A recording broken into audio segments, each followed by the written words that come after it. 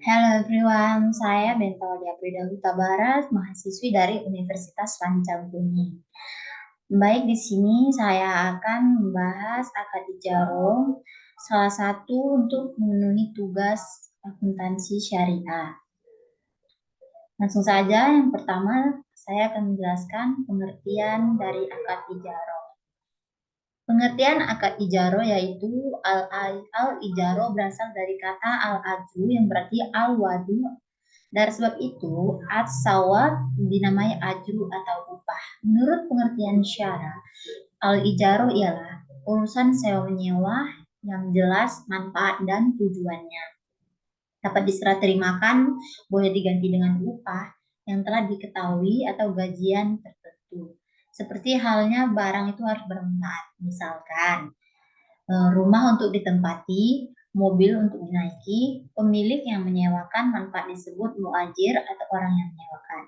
Pihak lain yang memberikan sewa disebut mustajir atau orang yang menyewa. Dan sesuatu yang diakadkan untuk diambil manfaatnya disebut majur atau sewaan. Sedangkan jasa yang diberikan sebagai imbalan manfaat disebut ajran atau ujrah atau upah. Dan setelah terjadi akad ijaroh telah berlangsung, orang yang menyewakan berhak mengambil upah dan orang yang menyewa berhak mengambil manfaat. Akad ini disebut pula muadoh atau penggantian. Selanjutnya jenis dari akad ijaroh.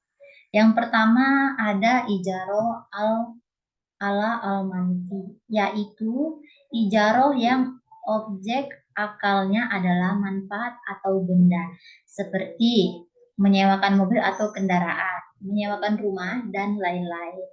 Yang perlu diperintahkan adalah tidak boleh menjadikan objek sebagai tempat yang manfaatnya dilarang oleh syarah. Yang kedua ada ijarah al-amal ijaroh, yaitu ijaroh yang objek akadnya adalah jasa atau pekerjaan. Contohnya adalah penjahit atau jasa insinyur dalam pembangunan dan lain-lain. Dan tentunya manfaat yang diberikan tidak keluar atau dilarang oleh syara. Akad ijaroh ini terkait erat dengan masalah upah mengupah. Ajir dapat dibedakan menjadi dua macam, yaitu ajir kas dan ajir mustarak. Oke, selanjutnya ada dasar syariah. Yang pertama yaitu Al-Quran. Yang kedua Al-Hadis. Yang ketiga ijama. Yang keempat ada kias. Yang kelima kaidah fiqh. Next. Perlakuan Akuntansi Syariah atau PSAK 107. Standar akuntansi untuk ijaroh diatur dalam PSAK nomor 107 yang berlaku untuk penyusunan dan penyajian laporan keuangan. PSAK 107 adalah standar akuntansi yang menggantikan standar sebelumnya, yaitu PSAK nomor 59 tentang akuntansi perbankan syariah.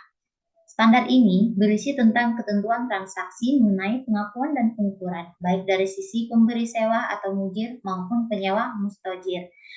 Lanjut, ilustrasi kasus akad ijaroh. Contohnya, si A ingin mencari rumah kontrakan dengan alasan ingin bekerja di kota Jakarta dengan biaya 20 juta per tahun di daerah Pondok Indah. Lalu si A bertemu dengan si B yang merupakan pemilik rumah yang akan disewakan serta melihat kondisi rumah secara detail dari sisi B tersebut. Setelah itu, si A sudah yakin bahwa isi dari rumah si B itu bagus dan menarik. Si B melakukan kesepakatan kepada si A serta meyakinkannya, dan si A menerima kesepakatan untuk menyetujui bahwa si A akan mengontrak rumah itu sekaligus rumahnya si B. Si A mendapatkan manfaat yaitu dengan menempati rumah tersebut dan memanfaatkan semua isi rumah yang ada. Sedangkan si B juga mendapatkan manfaat dengan menerima bayaran dari si A bahwa selama 1 tahun si A tinggal di rumah yang disewakannya.